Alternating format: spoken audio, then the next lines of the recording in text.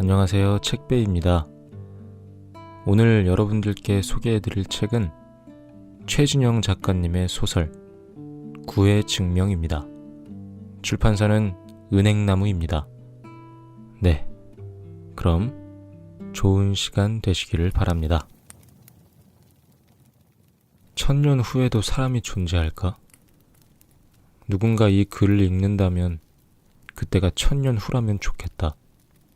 나는 아주 오래 살아남아야 한다. 인간이란 생명체가 우주에서 완전히 사라지는 그날까지 인류 최후의 1인이 되고 싶다는 말이다. 이것이 내 유일한 소원이다. 궁금하다. 1000년 후 사람들은 과연 어떤 일에 충격을 받을지, 혐오를 느낄지, 공포를 느끼고 불안해할지, 모멸감에 빠질지, 어떤 일을 비난하고 조롱할지, 어떤 자를 미친 자라고 부를지, 어떤 이야기에 공감하고 무엇을 갈망할지, 1000년 후의 아름다움과 추함, 선과 악, 그때에도 돈이 존재를 결정할까? 대체 뭘 먹고 살까? 지금의 인간적이라는 말과 1000년 후의 인간적이라는 말은 얼마나 다를까? 1000년 후 사람들은 지금과 완전히 다르리라 믿고 싶다. 아니, 1000년 후에는 글을 쓰고 읽는 인류 따위는 존재하지 않으면 좋겠다. 그렇다. 글을 쓰고 읽는 인간으로서 내가 마지막이었으면 좋겠다는 말이다. 나는 그만큼 오래 살아남아야 한다. 성서는 언제 쓰였지? 적어도 2000년은 넘지 않았나? 어떤 사람은 2000년 전에 써진 글을 읽으며 감동하고 위로받고 황홀해하고 미친다. 그리고 믿는다. 섹스 없이 아이를 낳았고 죽은 자가 살아났다는 이야기를. 그건 40일 동안 비가 내렸다거나 바다가 갈라졌다는 것과 차원이 다른 사건인데. 터무니없는 것을 받아들여야 할 때 믿음은 아주 유용하다. 말도 안 돼 라는 말이 튀어나오는 일에야 믿음이란 단어를 갖다 붙일 수 있다는 말이다. 일단 믿으라. 그러면 말이 된다. 내겐 부활과 동정녀의 잉태가 필요하다. 윤리나 과학이 끼어들 여지 없는 기적이 필요하다. 1000년 후가 필요하다. 종말 혹은 영생이 필요하다. 미친 자아가 필요하다. 인간이 아닌 상태라도 좋으니 당신이 필요하다. 믿음이 필요하다. 이 이야기를 마무리 지은 후 나는 어떻게 해야 할까? 무엇을 해야 할까? 어디로 가야 할까? 경찰서에 가서 자백할 수도 있다. 성직자를 찾아가 고백할 수도 있다. 나는 사람을 먹었습니다. 이것이 죄가 됩니까? 그러면 그들의 방식으로 나를 처리해 주겠지. 나는 말하라는 것을 말하고 가라는 곳으로 가면 될 것이다. 이 글을 끝내고 그리고 최대한 오래 살아남는 것. 내가 원하는 전부다. 군은 길바닥에서 죽었다. 죽은 군은 꼭 술에 취해 곤히 잠든 사람 같았다. 나는 길바닥에 앉아 죽은 굴을 안고서 새벽이 오기를 기다렸다. 바람에서 새옷 냄새가 났다. 비가 올 것 같아. 비가 오면 어쩌지? 비가 오면 좋겠다. 아니야, 비가 오면 안 되지. 깊은 밤 잠 못 드는 몸처럼 이리저리 뒤척이던 걱정과 바람.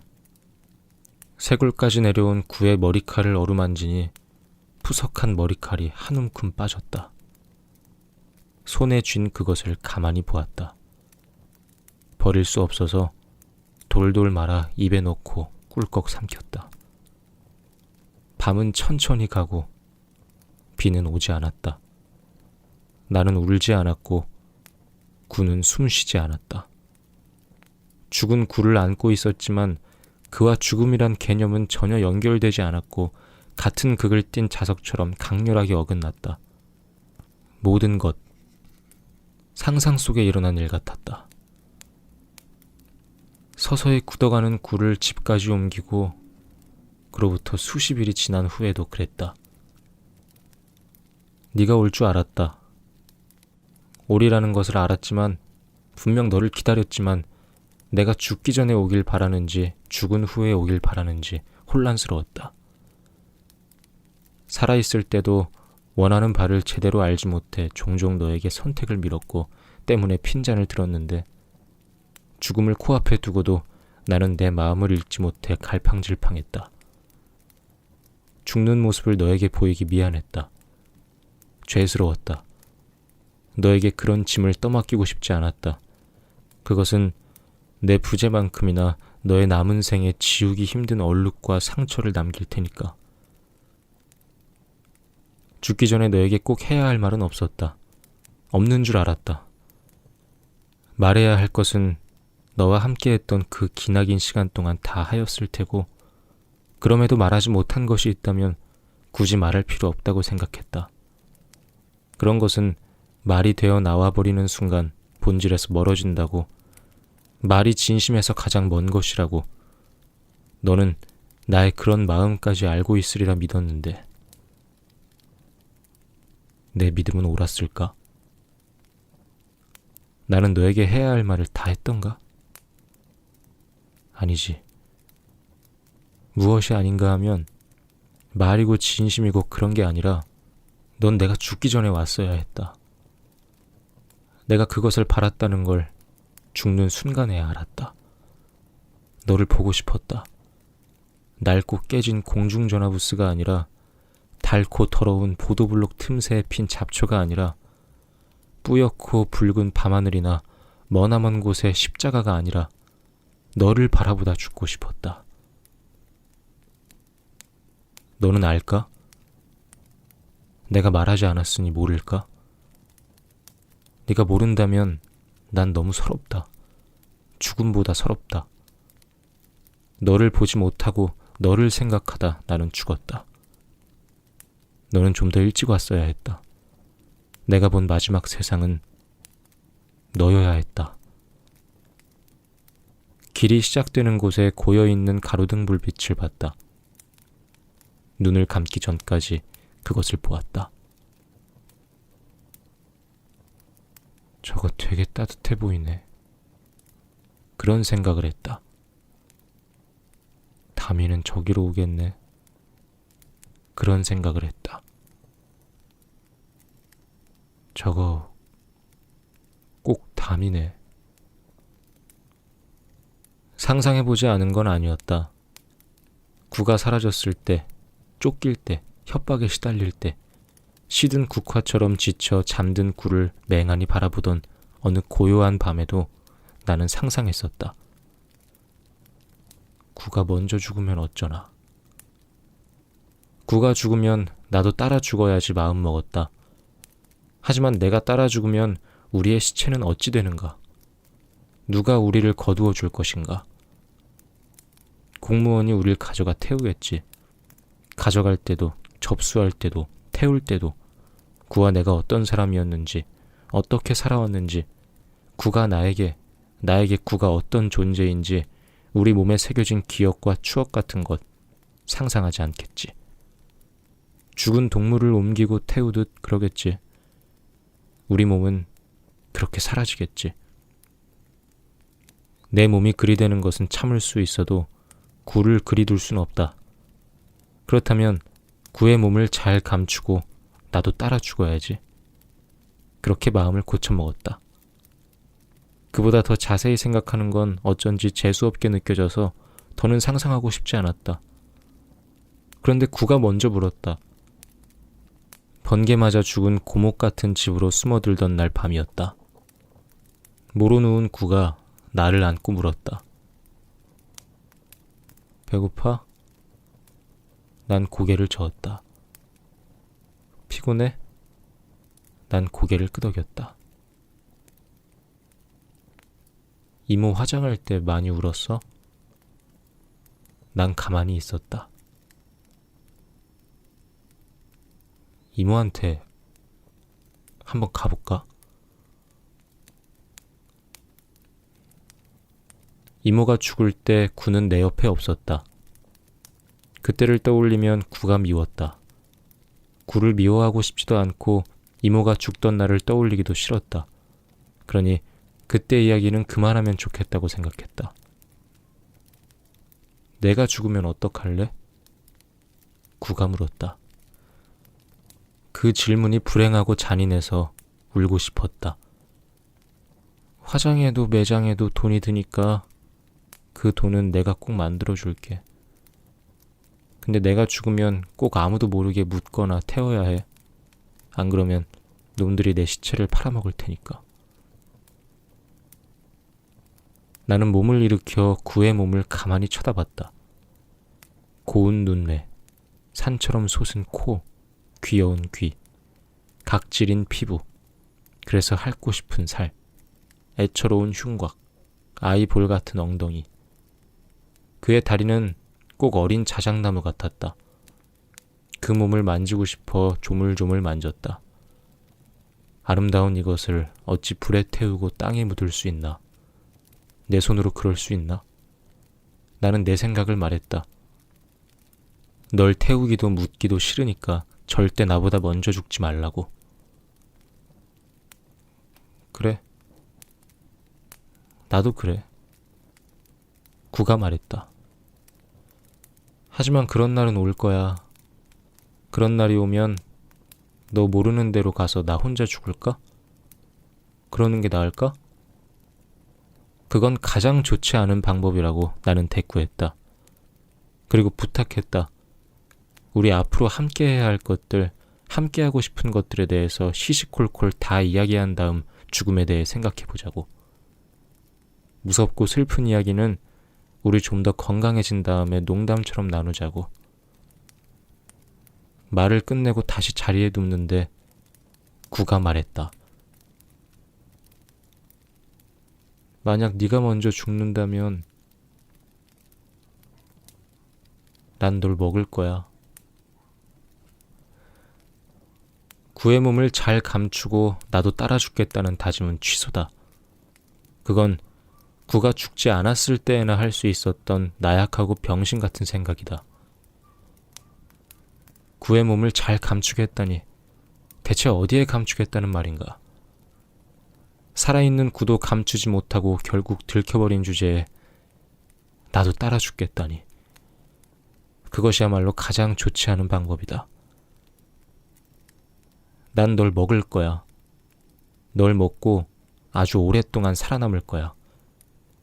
우리를 사람 취급 안 하던 괴물 같은 놈들이 모조리 늙어 죽고 병들어 죽고 버림받아 죽고 그 주검이 산산이 흩어져 이 땅에서 완전히 사라진 다음에도 난 살아있을 거야. 죽은 너와 끝까지 살아남아 내가 죽어야 너도 죽게 만들 거야. 널 따라 죽는 게 아니라 날 따라 죽게 만들 거야. 네가 사라지도록 두고 보지 않을 거야. 살아남을 거야. 살아서 널 기억할 거야. 이모와 살기 전까지 나는 할아버지와 살았다. 할아버지가 돌아가시자 절에 살던 이모가 내려왔다.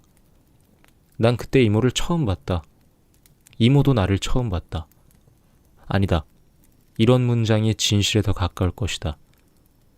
우린 그때까지 서로의 존재를 까맣게 몰랐다. 할아버지가 죽어서 우린 서로의 존재를 알게 되었다. 이모는 자기가 이모인 줄, 조카는 자기가 조카인 줄 몰랐다는 말이다. 그래서 이모는 몰랐다. 내가 어떻게 생겨나서 할아버지랑 같이 살게 되었는지. 그건 나도 몰랐다. 할아버지는 모두에게 아무 말도 해주지 않고 돌아가셨다. 언젠가는 말해줄 작정이었겠지만 당신도 당신이 그리 느닷없이 죽어버릴 줄은 몰랐겠지. 애고 어른이고 우린 도통 아는 게 없었다. 이런저런 생활의 지혜 같은 것은 기가 막히게 잘 알면서도 자기 삶을 관통하는 아주 결정적인 사실은 모른 채로, 때론 모른다는 사실조차 모르는 채로도 우린 그럭저럭 살았던 것이다. 그런 비밀은 모르는 게 나은 때도 많다. 알아봤자 생각은 복잡해지고 골치만 아프고 어떤 경우에는 자기 삶을 아예 부정하고 싶어지기도 하니까. 이모는 나를 키우려고 비구니를 그만뒀다. 그리고 콘크리트 건물이나 컨테이너 건물에 들어가 이러저러한 것을 만들어 돈을 벌었다. 이모는 거기서 뭘 만들어? 라고 물으면 이모는 소리를 만들어 라고 대답했다. 스피커를 만든다는 뜻이었다. 이번엔 뭘 만들어? 향기를 만들어. 그렇다. 방향제다. 이젠 뭘 만들어? 예쁨을 만들어. 뭐겠나? 바로 손거울이다. 나는 이 비유를 오랫동안 이해하지 못했다. 이번엔 어둠을 만들지. 전구다. 나는 이 역시 단박에 이해하지 못했다. 그래서 어둠에 대해 자꾸 물었다. 나도 이모처럼 이해하고 싶었으니까. 끈기 있게 대답을 해주던 이모는 결국 화를 냈고 나는 울었다. 울면서도 모르는 게 죄냐고 물었다. 이모는 이렇게 대답했다. 무언가를 알기 위해서 대답이나 설명보다 시간이 필요한 경우도 있다고. 더 살다 보면 자연스럽게 알게 되는데 지금 이해할 수 없다고 묻고 또 물어봤자 이해하지 못할 거라고. 모르는 건 죄가 아닌데 기다리지 못하는 건 죄가 되기도 한다고. 이 역시 알아들을 수 없는 말이었다. 그래서 대들었다. 내가 지금 죽어버리면 그건 영영 모르는 게 되잖아. 이모는 눈을 동그랗게 뜨고 나를 봤다. 잠시 우리 사이에 정적이 흘렀다. 아마 그때 이모와 나는 같은 생각을 했을 것이다. 할아버지 생각. 우리에게 죽음이란 바로 할아버지. 이모는 한숨을 쉬며 말을 말자고 했다. 하지만 나는 계속 말을 하고 싶었다. 이모와 말하는 게 나의 유일한 놀이이자 사랑 표현이었으니까.